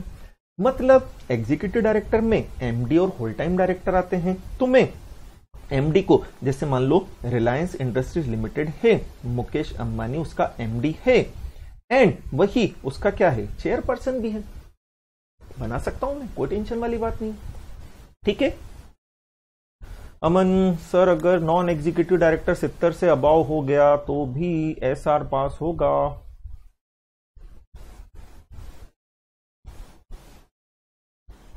नहीं बेटा, कंपनीज एक्ट के हिसाब से नहीं होगा ना, क्योंकि नॉन एग्जीक्यूटिव डायरेक्टर की मैक्सिमम एज दी है लिस्टिंग एग्रीमेंट में, तो वो 75 है ना, 70 नहीं है, 75 है। तो 75 से ज्यादा वाला है तो एसआर पास होगा। अगर 72 इयर्स वाले को हम नॉन एग्जीक्यूटिव डायरेक्टर बना रहे हैं तो चाहे लिस्टेड हो चाहे अनलिस्टेड हो, रिस्ट्रिक्शन लगेगी नहीं, क्योंकि रिस्ट्रिक्शन कब लगेगी? जब एज कितनी हो, 75। होप अमन आपको क्लियर है ना। आयुषी बिल्कुल सही जवाब दिया बेटा आपने। चलो आते हैं अपन, तो हमें चेयरपर्सन चाहिए। चेयरपर्सन क्लास के मॉनिटर की तरह होता है। जिस तरह से क्लास का मॉनिटर पूरी क्लास को रेगुलेट करता है, उसी तरह से मीटिंग का चेयरपर्सन पूरी बोर्ड मीटिंग को रेगुलेट करता है। जिस तरह से क्लास का मॉनिटर क्लास का बच्चा ही होगा, उसी तरह से बोर्ड मीटिंग का चेयरपर्सन बोर्ड मीटिंग का मेंबर ही होगा। मतलब बोर्ड मीटिंग का मेंबर कौन होता है? डायरेक्टर। तो किसी डायरेक्टर को ही हम चेयरपर्सन बनाएंगे। सही बात है। डायरेक्टर तो दो तरह के होते हैं, एग्जीक्यूटिव होता है, नॉन एग्जीक्यूटिव। यार मैं किसको बनाऊं? बोले तेरी मर्जी, जिसको बना ले। मतलब मैं एग्जीक्यूटिव मतलब मैनेजिंग डायरेक्टर या होल टाइम डायरेक्टर को बना सकता हूं, है ना, या नॉन एग्जीक्यूटिव डायरेक्टर को भी बना सकता हूं, कोई दिक्कत वाली बात नहीं है ना। अब इसमें लिस्टेड कंपनी के लिए चेंज आया है। अगेन ये प्रोविजन मैं आपको लोडर का बता रहा हूं। ठीक है, इनका क्या कहना पड़ रहा है कि लिस्टेड कंपनी के अंदर, ठीक है, लिस्टेड कंपनी के अंदर कौन सी? तो बोले 1 अप्रैल 2020 से जो टॉप 500 लिस्टेड कंपनी है, 1 अप्रैल 2020 से जो टॉप 500 लिस्टेड कंपनीज हैं, ठीक है, उनका चेयरपर्सन नॉन एग्जीक्यूटिव डायरेक्टर ही होगा। उनका चेयरपर्सन नॉन एग्जीक्यूटिव डायरेक्टर ही होगा। एंड वो नॉन एग्जीक्यूटिव डायरेक्टर जिसे आप चेयरपर्सन बना रहे हो, वो रिलेटिव नहीं होना चाहिए कंपनी के एमडी या सीईओ का। बेटा कोई भी डायरेक्ट क्वेश्चन आप एक्सपेक्ट करना ही मत। एग्जाम के अंदर सवाल ही नहीं उठता कि डायरेक्ट क्वेश्चन आ जाए, तो है ना, ये सब सिचुएशन बनाकर दी जाएगी। क्या मेरी कंपनी, अच्छा अगर मैं एग्जीक्यूटिव डायरेक्टर को चेयरपर्सन बनाता हूं ना, तो मेरा चेयरमैन एग्जीक्यूटिव चेयरमैन कहलाता है। मैं एग्जीक्यूटिव डायरेक्टर को चेयरपर्सन बना रहा हूं, मेरा चेयरपर्सन एग्जीक्यूटिव चेयरपर्सन कहलाता है। मैं नॉन एग्जीक्यूटिव डायरेक्टर को चेयरपर्सन बना रहा हूं, मेरा चेयरपर्सन नॉन एग्जीक्यूटिव चेयरपर्सन कहलाता है। आ जाता है क्वेश्चन, एग्जीक्यूटिव चेयरपर्सन कौन होता है बताओ। तो यार मैं एग्जीक्यूटिव डायरेक्टर को चेयरपर्सन बनाऊंगा तो एग्जीक्यूटिव चेयरपर्सन हो गया। बोले नॉन एग्जीक्यूटिव चेयरपर्सन या चेयरमैन क्या होता है, यार नॉन एग्जीक्यूटिव डायरेक्टर को बनाऊंगा तो नॉन एग्जीक्यूटिव हो गया, सीधी सी बात है। ठीक है, फिर आप बता देना कि एग्जीक्यूटिव में इनको बना सकते हैं, नॉन एग्जीक्यूटिव में इनके अलावा किसी को बना सकते हैं अपन। ठीक, अब एग्जीक्यूटिव डायरेक्टर को अपॉइंट करना कंपलसरी नहीं है किसी भी कंपनी के लिए। एग्जीक्यूटिव डायरेक्टर को चेयरपर्सन अपॉइंट करना कंपलसरी नहीं है किसी भी कंपनी के लिए, वो उनकी इच्छा है एग्जीक्यूटिव को बनाना चाहे या नहीं। लेकिन नॉन एग्जीक्यूटिव डायरेक्टर को चेयरपर्सन अपॉइंट करना कंपलसरी है लिस्टेड कंपनी के लिए। नॉन एग्जीक्यूटिव डायरेक्टर को चेयरपर्सन अपॉइंट करना कंपलसरी है लिस्टेड कंपनी के लिए। तो क्या गुरु सारी लिस्टेड कंपनी के लिए? नहीं नहीं, केवल टॉप 500 लिस्टेड कंपनीज, केवल top 500 listed company non executive director को ही चेयरपर्सन बनाएंगी। एंड जिस नॉन एग्जीक्यूटिव डायरेक्टर को आप चेयरपर्सन बना रहे हो वो कंपनी के एमडी या सीईओ का, वो कंपनी के एमडी और सीईओ का रिलेटिव भी नहीं होना चाहिए। क्या मतलब? मुकेश अंबानी की वाइफ है Nita Ambani, Nita Ambani non executive director है, वो रिलायंस की चेयरपर्सन बनना चाहती है। रिलायंस टॉप 500 कंपनी में आ रही है, उसके लिए नॉन एग्जीक्यूटिव को ही चेयरपर्सन बनाना जरूरी है। तो क्या नीता को बना दें? नीता अपनी भाभी है ना, उसको बना दें क्या? नहीं, मुकेश अपना भाई है, नीता अपनी भाभी है। अब मुकेश क्योंकि कंपनी का क्या है? एमडी है। अगर मुकेश कंपनी का क्या है? एमडी है। तो ऐसी सिचुएशन में नीता नॉन एग्जीक्यूटिव डायरेक्टर तो है बट वो मुकेश की क्या हो जाएगी? रिलेटिव। नहीं बना सकते। एबीसी लिमिटेड भी लिस्टेड है बट उसका नंबर 510 आता है, क्या उस पर ये प्रोविजन लगेगा? जल्दी से चैट बॉक्स में बताओ, मैं वेट कर रहा हूं। एबीसी लिमिटेड लिस्टेड कंपनी है, उसका नंबर भी 510 है, तो क्या उसे एग्जीक्यूटिव डायरेक्टर को ही चेयरपर्सन बनाना है या वो नॉन एग्जीक्यूटिव को भी बना सकते हैं? बताओ, जल्दी से बताना मुझे। ठीक है, ये चेयरपर्सन का प्रोविजन बेटा इंपॉर्टेंट है, एग्जाम में आ सकता है। चल आगे बढ़ते हैं अपन। महिला डायरेक्टर है ना? No no no no no, सब no no no no no no no no no no no no no लिख रहे हैं। अरे नो नो नहीं लिखना है, अपने को ही लिखना है, कंपलसरी नहीं है, है ना? क्यों? क्योंकि ये प्रोविजन किस पे लगता है? केवल टॉप 500 लिस्टेड कंपनीज पे लगता है और ये 510 नंबर पर आती है, तो इस पर ये प्रोविजन नहीं लग रहा है। क्योंकि इस पर ये प्रोविजन नहीं लग रहा है तो ये एग्जीक्यूटिव को बनाना चाहे, नॉन एग्जीक्यूटिव को बनाना चाहे, ये इसकी इच्छा, श्रद्धा और भक्ति पर डिपेंड करता है। ठीक है, लेक्चर प्राइवेट हो जाएगा क्या बेटा? मुझे मतलब समझ में नहीं आया, प्राइवेट का मतलब क्या है यहां पर? हाँ मिताली, बिल्कुल as per their choice. Mudit Kumar, what's the provision for chairperson for non executive director for listed companies not in the top 500 company? उनका क्या प्रोविजन है बेटा? मैं बता रहा हूं, आप ध्यान से सुन ही नहीं रहे हो। आप प्रोविजन सुनने पर ज्यादा ध्यान लगाओ, है ना? तो मैंने बोल दिया कि अगर ये 510 नंबर वाली है तो फिर उसकी इच्छा पर है, चाहे तो वो एग्जीक्यूटिव को बना ले, चाहे तो वो नॉन एग्जीक्यूटिव को बना ले, उसकी इच्छा पर है। पहला, अनलिस्टेड कंपनी, उसकी इच्छा पर है, एग्जीक्यूटिव को बनाए चाहे नॉन एग्जीक्यूटिव को। क्यों? क्योंकि ये प्रोविजन तो केवल लिस्टेड का है। अनलिस्टेड कंपनी, उसके ऊपर प्रोविजन लग ही नहीं रहा है। अनलिस्टेड कंपनी पर केवल कंपनीज एक्ट लगता है, सेबी गाइडलाइंस नहीं लगती है, तो अनलिस्टेड कंपनी किसी को भी बना सकती है। ठीक है, दूसरा क्या बोला कि जो लिस्टेड कंपनीज हैं तो हर लिस्टेड कंपनी पर यह प्रोविजन नहीं लगता है, केवल टॉप 500 लिस्टेड कंपनीज पे लगता है। उनके लिए मैंडेटरी है नॉन एग्जीक्यूटिव को बनाए जो कि एमडी या सीईओ का रिलेटिव ना हो। ठीक है, प्रांजल लिस्टेड कंपनी में तो एग्जीक्यूटिव चेयरपर्सन हो ही नहीं सकता, as it is compulsory to have non executive 500 company. क्या लिखा भाई, मेरे को समझ नहीं आया। किसी को भी बना सकते हैं। ठीक है सर, यूट्यूब से हट जाएगा क्या? अभी ये डिसाइडेड नहीं है, मैनेजमेंट के द्वारा बताया जाएगा आपको। वैसे मेरी प्लानिंग है कि मैं मेरे चैनल के ऊपर जो वीडियो जितने भी हैं सब अपलोड करूंगा, आप वहां से फिर से रिवाइज कर सकते हैं अगर आपका कुछ छूट गया है तो। या अदरवाइज डिमांड कर सकते हैं, मैनेजमेंट के द्वारा अवेलेबल करा दिया जाएगा, हमारा मैनेजमेंट बहुत अच्छा है। अब हम आते हैं महिला डायरेक्टर पर, है ना। जब किसी महिला को क्या बना दिया जाता है, डायरेक्टर बना दिया जाता है, तो वो वुमन डायरेक्टर कहलाती है। ठीक है, बढ़िया प्रोविजन है। क्या महिला डायरेक्टर का अपॉइंटमेंट हर कंपनी में जरूरी है? चलो देखते हैं। कंपनी कितने तरह की हुई? 2, प्राइवेट और पब्लिक। प्राइवेट कंपनी पर वुमन डायरेक्टर के प्रोविजन एप्लीकेबल नहीं होते हैं। तो केवल किस पे लगते हैं? पब्लिक पर। क्या बोले? पब्लिक 2 तरह की हो गई, लिस्टेड हो गई और अनलिस्टेड हो गई।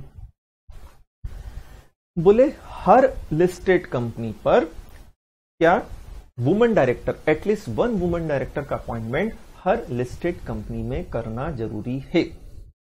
हर लिस्टेड कंपनी के अंदर चाहे उसकी पेडअप कैपिटल कितनी ही क्यों ना हो, चाहे उसका टर्नओवर कितना ही क्यों ना हो, जरूरी है, मैंडेटरी है। हर लिस्टेड कंपनी के केस में जरूरी है कि एक महिला डायरेक्टर, एटलीस्ट एक महिला डायरेक्टर अपॉइंट करे। 2 भी कर तो सकते हैं, बट 2 करोगे बैठ के आपस में बातें करती रहेगी, काम नहीं करने देगी। तो बेटर है एटलीस्ट एक बोला है, एक ही अपॉइंट करें, खत्म करें। बट जो अनलिस्टेड पब्लिक कंपनी है वो इन 2 में से कोई एक कंडीशन कंप्लाई करेगी तो ही वुमेन डायरेक्टर का अपॉइंटमेंट जरूरी है। पहली कंडीशन पेडअप कैपिटल 100 करोड़ या उससे ज्यादा हो, दूसरी कंडीशन टर्नओवर 300 करोड़ या उससे ज्यादा हो। क्या गुरु दोनों कंडीशन कंप्लाई करनी है? नहीं, दोनों के बीच में क्या लिखा है? और। तो या तो पीसी मतलब पेडअप कैपिटल 100 करोड़ या उससे ज्यादा हो, या टर्नओवर 300 करोड़ या उससे ज्यादा हो। दोनों में से एक कंडीशन पूरी करेगी तो अनलिस्टेड कंपनी में भी एटलीस्ट एक महिला डायरेक्टर का अपॉइंटमेंट करना जरूरी है। ठीक है।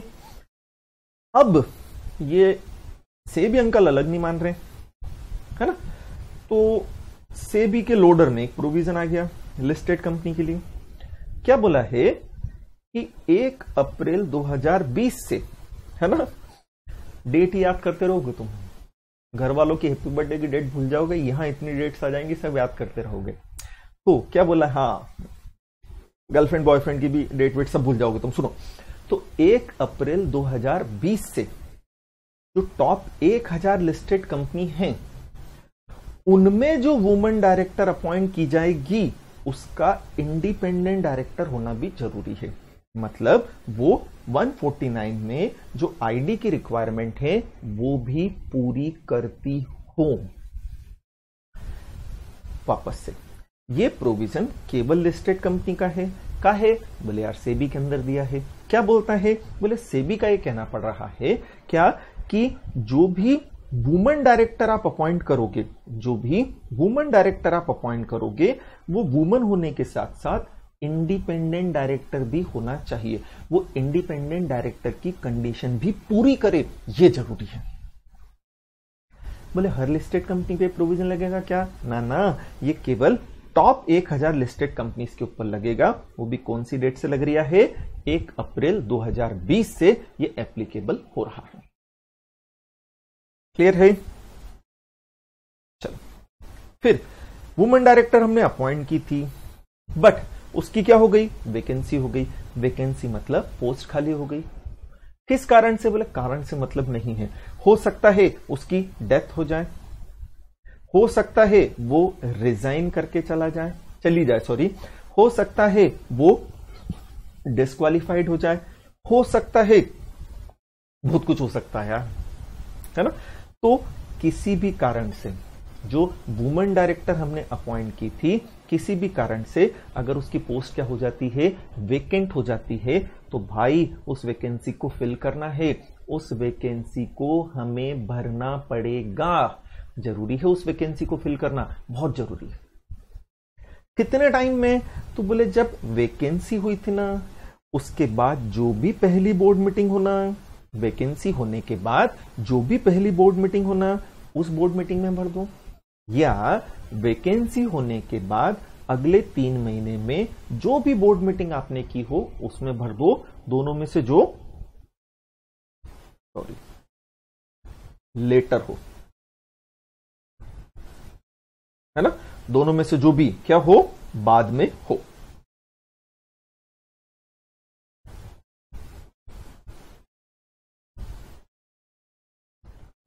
चले वापस से लेते हैं। क्या बोला है?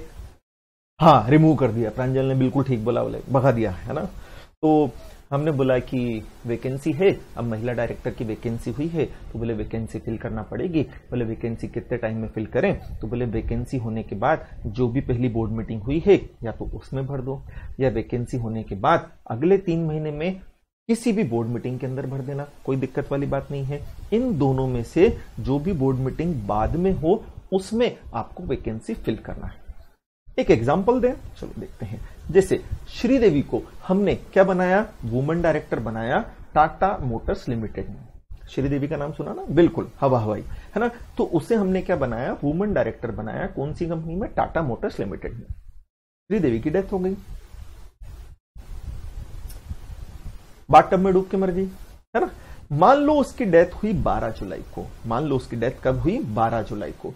तो हमें 12 जुलाई के बाद इस वैकेंसी को फिल करना है। वैकेंसी फिल करना है मतलब श्रीदेवी की जगह अब हमें किसको लाना है, ऐश्वर्या राय को, जिसको भी लाना है, दूसरी महिला डायरेक्टर का हमें अपॉइंटमेंट करना है, ठीक है। अब मान लो हमें श्रीदेवी की जो वैकेंसी हुई है उसकी जगह दूसरी महिला डायरेक्टर लाना है, तो यार हमारे पास टाइम कितना अवेलेबल है, तो बोले 12 जुलाई के बाद जो भी पहली बोर्ड मीटिंग हो उसमें कर लो।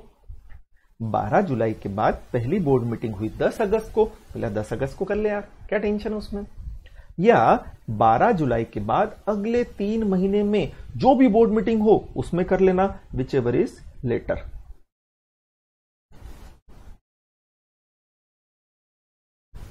क्या मतलब, तो 10 अगस्त और 11 अक्टूबर दोनों में से बाद की डेट कौन सी है, 11 अक्टूबर।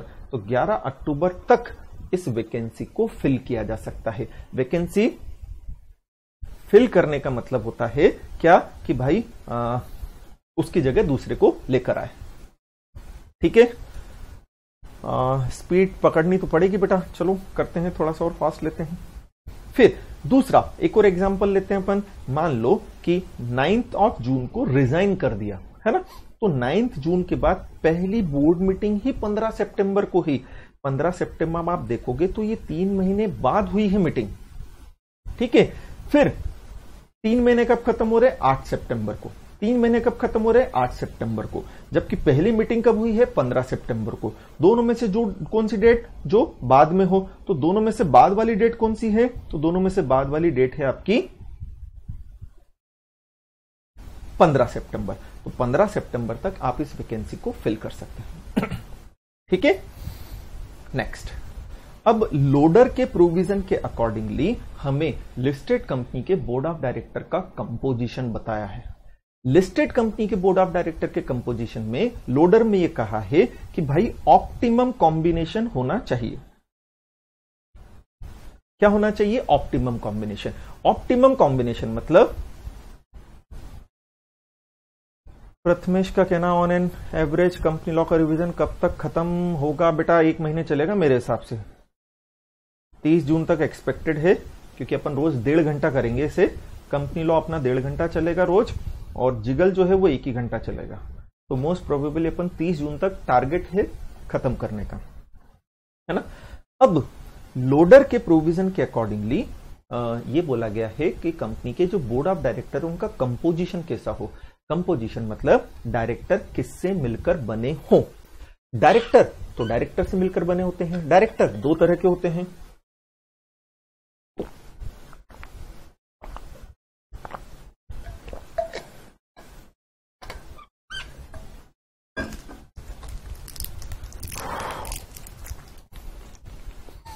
बोले एग्जीक्यूटिव डायरेक्टर होते हैं और नॉन एग्जीक्यूटिव डायरेक्टर होते हैं। ये बोल रहे हैं मैं कितने एग्जीक्यूटिव डायरेक्टर रखूं, कितने नॉन एग्जीक्यूटिव डायरेक्टर रखूं।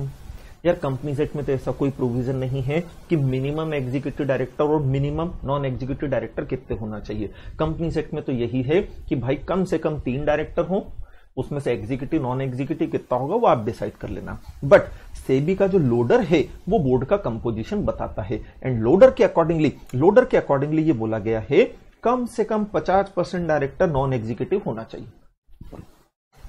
तो जैसे अगर रिलायंस इंडस्ट्रीज लिमिटेड है जिसमें 12 डायरेक्टर हैं, तो 12 का 50% मतलब कम से कम 6 डायरेक्टर कैसे होना चाहिए, नॉन एग्जीक्यूटिव। फिर वो नॉन एग्जीक्यूटिव में कम से कम एक महिला डायरेक्टर होना चाहिए, एंड टॉप 1000 लिस्टेड कंपनी में वो इंडिपेंडेंट वुमन डायरेक्टर हो, वो महिला डायरेक्टर इंडिपेंडेंट होना चाहिए, ये भी हमने पढ़ लिया। ठीक है, तो पहली चीज तो कम से कम 50% नॉन एग्जीक्यूटिव डायरेक्टर हो, कम से कम, ज्यादा आप रख सकते हो, ये एटलीस्ट लिखा है, मैं 10 नॉन एग्जीक्यूटिव रखना चाहता हूं, मैं रख सकता हूं, कोई दिक्कत नहीं है, क्योंकि यहां एटलीस्ट लिखा है। नॉन एग्जीक्यूटिव 50 से कम नहीं होंगे, 50 से ज्यादा हो सकते हैं। फिर कम से कम एक महिला डायरेक्टर का होना जरूरी है, एंड अगर हमारी टॉप 1000 लिस्टेड में आ रही है तो वो महिला डायरेक्टर का इंडिपेंडेंट होना जरूरी है। फिर कंपनी के अंदर इंडिपेंडेंट डायरेक्टर कितने होंगे, नंबर ऑफ इंडिपेंडेंट डायरेक्टर कितने होंगे, तो बोला है नंबर ऑफ इंडिपेंडेंट डायरेक्टर कितने होंगे, ये डिपेंड करता है चेयरपर्सन पर। नंबर ऑफ इंडिपेंडेंट डायरेक्टर कितने होंगे, ये डिपेंड करता है चेयरपर्सन पर। चेयरपर्सन एग्जीक्यूटिव डायरेक्टर भी हो सकता है, चेयरपर्सन नॉन एग्जीक्यूटिव डायरेक्टर भी हो सकता है, ये पढ़ा अपन ने, है ना। अब बोला है अगर चेयरपर्सन नॉन एग्जीक्यूटिव डायरेक्टर है तो कम से कम 1/3 डायरेक्टर इंडिपेंडेंट होना चाहिए। क्या मतलब, तो रिलायंस के अंदर ये जो 12 डायरेक्टर थे, रिलायंस ने नॉन एग्जीक्यूटिव डायरेक्टर को चेयरपर्सन बना रखा है, तो 12 का 1/3 मतलब 4, इन 12 में से 4 कम से कम कैसे होने चाहिए, मतलब इंडिपेंडेंट डायरेक्टर होना चाहिए। फिर क्या बोला, अगर चेयरपर्सन नॉन एग्जीक्यूटिव ही है, चेयरपर्सन नॉन एग्जीक्यूटिव ही है, बट वो क्या है, रिलेटिव है, वो क्या है, रिलेटिव है, किसका, तो ऐसी सिचुएशन में 50% ऑफ बोर्ड ऑफ डायरेक्टर जो है वो कैसा होना चाहिए, इंडिपेंडेंट डायरेक्टर होना चाहिए। एंड अगर बोल दिया है चेयरपर्सन कैसा है, एग्जीक्यूटिव डायरेक्टर है, ये एग्जीक्यूटिव डायरेक्टर का है ना। अगर चेयरपर्सन नॉन एग्जीक्यूटिव डायरेक्टर है बट वो प्रमोटर जो हैं उनका क्या है, रिलेटिव है, तो फिर 50% डायरेक्टर जो हैं वो कैसे होने चाहिए, इंडिपेंडेंट होना चाहिए। फटाफट से कंक्लूड करते हैं, है ना। तो बोर्ड के कंपोजिशन में बोल दिया, बोले ऑप्टिमम कॉम्बिनेशन होना चाहिए, sufficient number of executive, sufficient number of non executive director होना चाहिए, है ना। कम से कम एक महिला डायरेक्टर होना चाहिए और वो महिला इंडिपेंडेंट होना चाहिए अगर टॉप 1000 लिस्टेड कंपनी की कैटेगरी में आ रहा है तो। फिर चेयरपर्सन अगर नॉन एग्जीक्यूटिव डायरेक्टर है तो 1/3 डायरेक्टर इंडिपेंडेंट होना चाहिए। चेयरमैन अगर एग्जीक्यूटिव डायरेक्टर है तो 50% डायरेक्टर इंडिपेंडेंट होना चाहिए। चेयरमैन नॉन एग्जीक्यूटिव है बट प्रमोटर का रिलेटिव है तो भी 50% डायरेक्टर कैसे होने चाहिए, इंडिपेंडेंट होना चाहिए। Next 149 subsection 3 residence of director. एक डायरेक्टर के रेसिडेंस के बारे में बोला है, तो ये सारी कंपनीज के ऊपर एप्लीकेबल होता है। ऐसा मैंने इसलिए बोला क्योंकि अभी तक हम कैटेगरी देखकर आए, वुमेन डायरेक्टर के प्रोविजन सब पे नहीं लग रहे हैं, आईडी के प्रोविजन सब पे नहीं लगेंगे, बट रेसिडेंस ऑफ डायरेक्टर के प्रोविजन सारी कंपनीज के ऊपर एप्लीकेबल होते हैं, है ना। तो सारी company must have at least 1 resident director. बोले डायरेक्टर रेसिडेंट डायरेक्टर कब कहलाएगा, तो बोले वो इंडिया में कम से कम 182 दिन रहा हो। कब रहा हो, ड्यूरिंग दी फाइनेंशियल ईयर, ये बहुत इंपॉर्टेंट है, कब रहा हो, during the financial year. During the financial year मतलब ये करंट फाइनेंशियल ईयर की बात कर रहे हैं। करंट फाइनेंशियल ईयर में वो कम से कम 182 दिन कहां रहा हो, इंडिया में, ठीक है। अब क्या एमसीए का क्लेरिफिकेशन है इसके बारे में, क्या क्लेरिफिकेशन है, तो बोले जो 2019-20 और 20-21 वाला फाइनेंशियल ईयर है, 2019-20 और 20-21 वाला फाइनेंशियल ईयर है, उसमें अगर कोई कंपनी 149 सबसेक्शन 3 की रिक्वायरमेंट पूरी नहीं करती है, बोले क्या मतलब, उस कंपनी में अगर एक भी डायरेक्टर रेसिडेंट इन इंडिया नहीं है तो चलेगा केवल इन 2 फाइनेंशियल ईयर में। किस कारण से, कोविड के कारण से।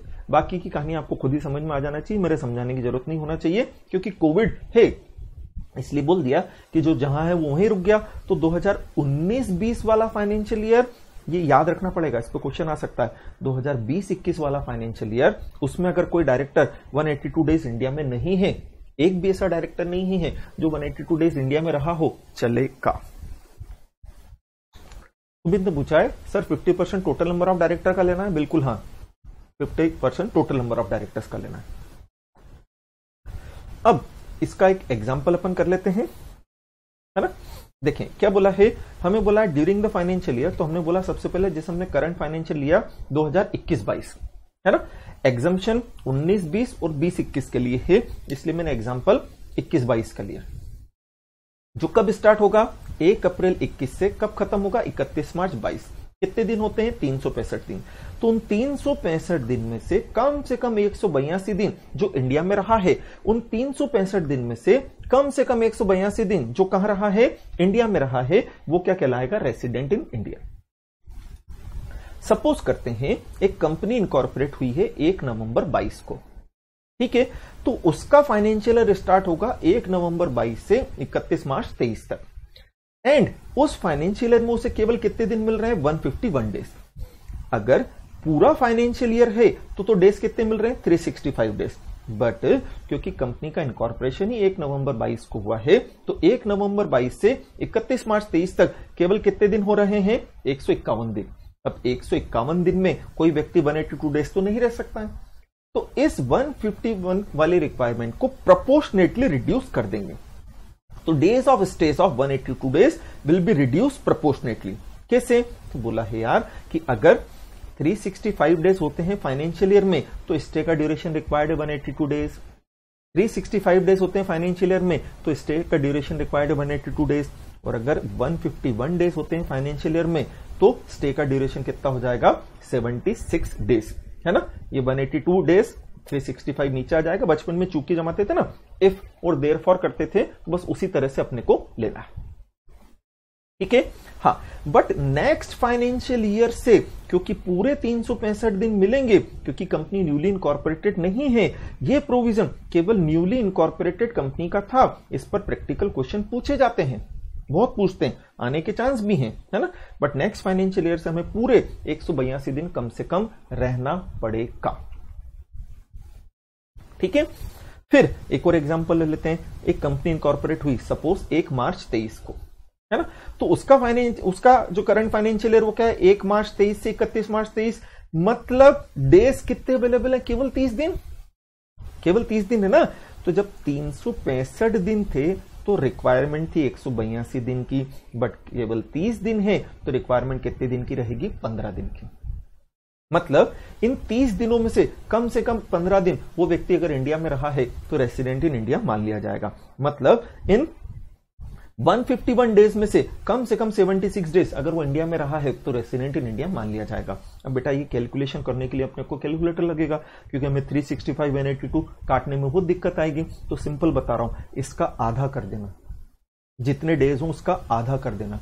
152 का आधा 76, सीधे बता रहा हूं, है ना, जो सीधे कर सकते हो। जैसे 30 डेज थे तो उसका आधा कितना, 15 दिन। क्यों, क्योंकि 365 का आधा करोगे तो भी 182 डेज ही आता है ना। तो ये सीधे सीधे से आधा हो रहा है। बट हाँ, नेक्स्ट फाइनेंशियल ईयर से पूरे 365 डेज मिलेंगे, तो अपने को अकॉर्डिंगली उतने टाइम इंडिया के अंदर रहना पड़ेगा, ठीक है। Next, appointment of independent director. ठीक, इंडिपेंडेंट डायरेक्टर के लिए भी कंपनीज को हमने 2 पार्ट में डिवाइड किया, पब्लिक कंपनी और प्राइवेट कंपनी। प्राइवेट कंपनी पर अगेन आईडी के प्रोविजन नहीं लगते हैं, प्राइवेट कंपनी में आईडी का अपॉइंटमेंट जरूरी नहीं है। बट कौन सी कंपनी है जो पब्लिक कंपनी, 2 तरह की हो गई, लिस्टेड हो गई और क्या हो गई, अनलिस्टेड हो गई। हर लिस्टेड कंपनी में टोटल डायरेक्टर का 1/3 कितना होना चाहिए, आईडी होना चाहिए, है ना। जैसे लिस्टेड कंपनी में 15 डायरेक्टर हैं तो उसका 1/3 मतलब कितना, 5 कैसा होना चाहिए, इंडिपेंडेंट डायरेक्टर होना चाहिए कंपनीज एक्ट के अकॉर्डिंगली। लोडर के हिसाब से अलग प्रोविजन देखकर आए अपन, दोनों कंप्लाई करना है। दोनों अगर कंप्लाई नहीं हो रहे तो दोनों में से जो टफ हो वो कंप्लाई कर लेंगे। अनलिस्टेड कंपनी में आईडी की रिक्वायरमेंट तब आती है जब वो इन 3 में से कोई एक कंडीशन पूरी करे।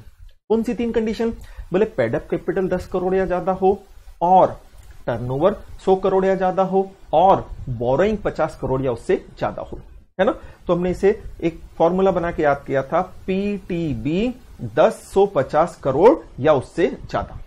एक लाइन में हमने याद करा था, पीटीबी 10-150 करोड़ या उससे ज्यादा। P मतलब पेड अप कैपिटल, T मतलब टर्नओवर, B मतलब बोरोइंग। 10 करोड़, 100 करोड़, 50 करोड़। तो ऐसी कंपनी को एटलीस्ट 2 आईडी रखना जरूरी है। तो लिस्टेड कंपनी में तो टोटल डायरेक्टर का 1/3 आईडी होगा। 1/3 के कैलकुलेशन में अगर फ्रैक्शन आता है तो उसे राउंड ऑफ करके नेक्स्ट हाई नंबर में कन्वर्ट करेंगे। क्या मतलब, अगर 16 डायरेक्टर थे, 16 का 1/3 करेंगे तो कितना आएगा 5.33 या 0.33। मैथ्स के हिसाब से हम देखें तो आधे से कम है तो छोड़ देते हैं, बट नहीं, 5.33 को भी एक मानकर यहां कितने डायरेक्टर हो जाएंगे 6। अगर 17 डायरेक्टर हैं उसका 1/3 निकालेंगे तो कितना आएगा 5.67, ये भी कितना मान लिया जाएगा 6। तो 1/3 के कैलकुलेशन में अगर फ्रैक्शन आता है तो उसे राउंड अप करके नेक्स्ट हायर नंबर के अंदर कन्वर्ट कर दिया जाएगा। ठीक है। एंड अनलिस्टेड कंपनी तो इन 3 में से कोई एक कंडीशन पूरी करेगी तो ये आईडी का अपॉइंटमेंट जरूरी है। और कम से कम कितने आईडी चाहिए, 2 आईडी चाहिए, कम से कम 2। एक्सेप्शन, इन अनलिस्टेड कंपनी को आईडी अपॉइंट करने की जरूरत नहीं है, भले ही इन अनलिस्टेड कंपनी की पेड अप कैपिटल कितनी हो, 10 करोड़ से ज्यादा हो, भले इनका टर्नओवर 100 करोड़ से ज्यादा हो, भले इनकी बोरोइंग 50 करोड़ से ज्यादा हो, बट इन अनलिस्टेड कंपनीज को आईडी के अपॉइंटमेंट की जरूरत नहीं है। पहला, एक ऐसी अनलिस्टेड कंपनी जो जेवी हो, जेवी मतलब ज्वाइंट वेंचर, ज्वाइंट वेंचर मतलब जो किसी दूसरे के साथ मिलकर काम कर रही हो, जैसे हीरो होंडा, हीरो और होंडा का ज्वाइंट वेंचर है, जैसे टाटा डोकोमो, टाटा और डोकोमो दोनों का ज्वाइंट वेंचर है, जैसे कावासाकी बजाज, कावासाकी और बजाज का ज्वाइंट वेंचर है। ठीक है। तो ज्वाइंट वेंचर अगर कोई अच्छा, ये केवल अनलिस्टेड कंपनी को एग्जम्पशन है, लिस्टेड कंपनी को एग्जम्पशन नहीं है, ये एग्जम्पशन केवल अनलिस्टेड कंपनी को है, लिस्टेड कंपनी को नहीं है। और एक अनलिस्टेड कंपनी जो 3 में से कोई भी एक कंडीशन पूरी करती है उसे आईडी का अपॉइंटमेंट जरूरी नहीं है। पहला, या तो वो जेवी हो या दूसरी वो होली ओन्ड सब्सिडरी हो। वो क्या हो, wholly owned subsidiary. Wholly owned subsidiary आप समझते हैं, सब्सिडरी वो होती है जिसकी आधे से ज्यादा कैपिटल हमारे पास हो, होली ओन सब्सिडरी जिसकी 100% कैपिटल हमारे पास हो। ये पॉइंट इंपॉर्टेंट है बहुत। तीसरा, अगर वो डोरमेंट कंपनी बन चुकी है सेक्शन 455 के अकॉर्डिंगली, सेक्शन 455 के अकॉर्डिंगली अगर वो क्या बन चुकी है, डोरमेंट कंपनी बन चुकी है तो।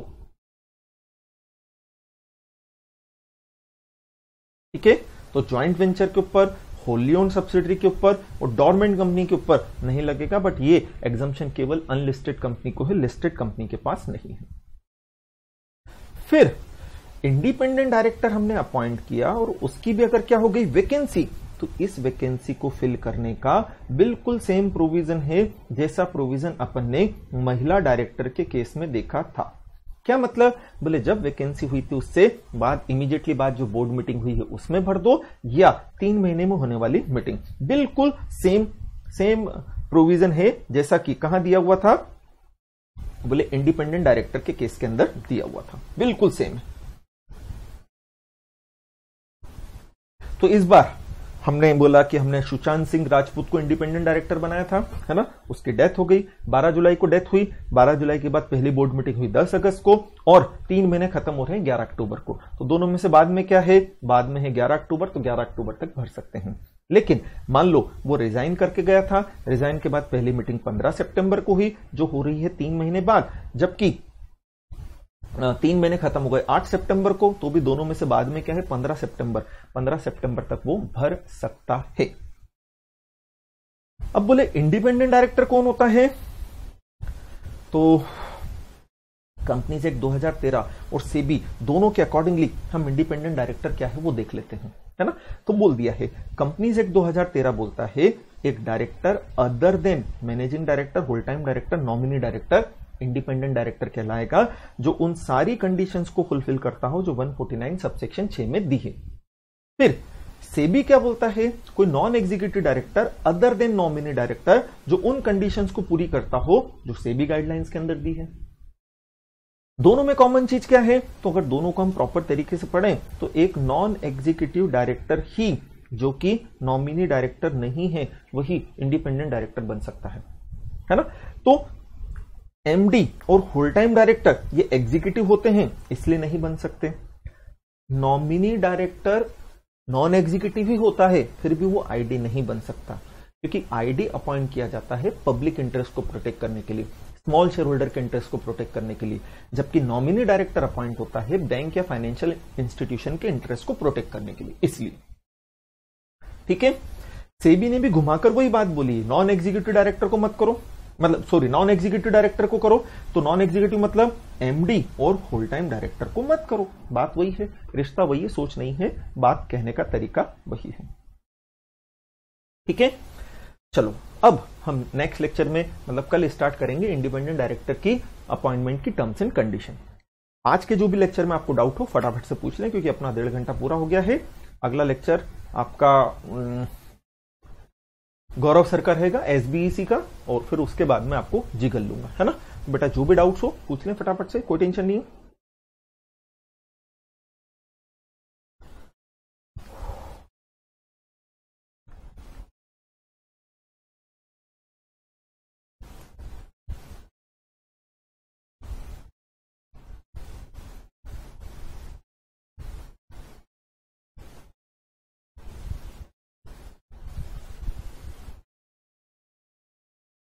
प्रांजल रिमूव कर दिया, किसको रिमूव कर दिया पता नहीं सर। स्पीड कब पकड़ेंगे? पकड़ रहा हूं भाई भाई, स्पीड जैसी मेरी कैपेबिलिटी उसी हिसाब से पढ़ाऊंगा, है ना।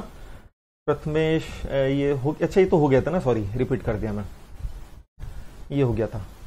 Okay Ayushi thank you sir, thank you बेटा।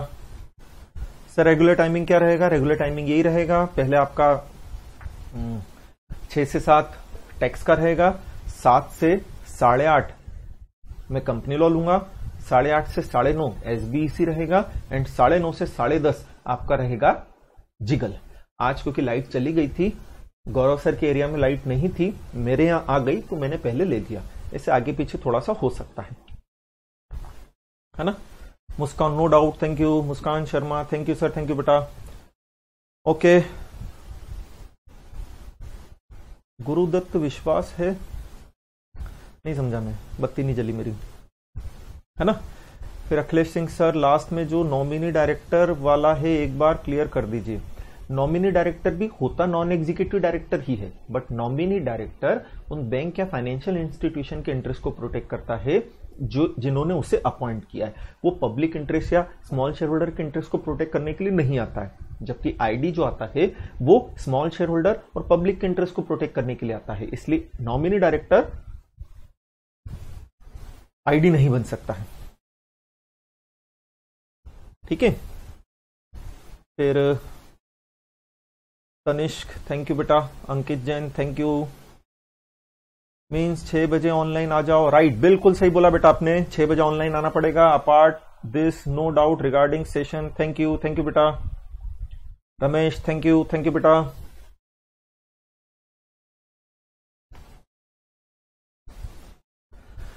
हाँ मेरे पे विश्वास रखो बेटा, मैं कर दूंगा खत्म, है ना। थोड़ा सा बोलने में हो जाती है दिक्कत, बट उम्मीद पे दुनिया टिकी, अपन कर लेंगे, कोई दिक्कत नहीं। हमने भी सोच समझ के 1 महीना रखा है ना।